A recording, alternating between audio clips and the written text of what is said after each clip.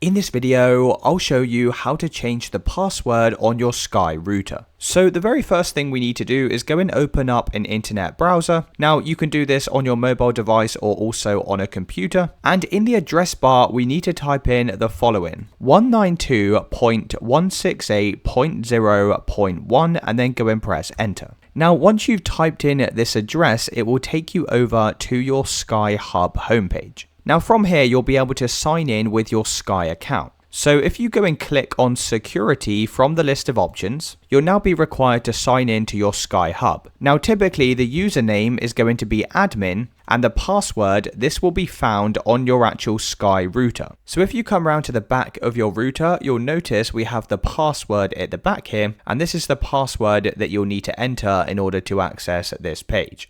Now, if the password on the back of the router is not working, it could be the case that you've already changed the password. Now, what you can do is you can go and reset your router back to its original settings, and by doing that, it will reset the password also back to its original password. So if you notice on the back of the router, you'll see this reset button, and you can go and hold down that button for 20 to 30 seconds, and that will reset everything, and then you can come back over to this login page, and you can log in with the password that will be found on your router. Now, once you're on this login page, if you go and click on support in the top navigation, you can then click on Wi-Fi settings from the right hand side, and then if you scroll down, you'll see here we have the WPA2 security encryption, and this is your Wi-Fi password. So what you can do here is go and add your own custom password. You can also change your PIN code as well at the bottom, and once you've changed this, just go and press apply to save all of these changes, and that's how you go and change the password on your Sky router.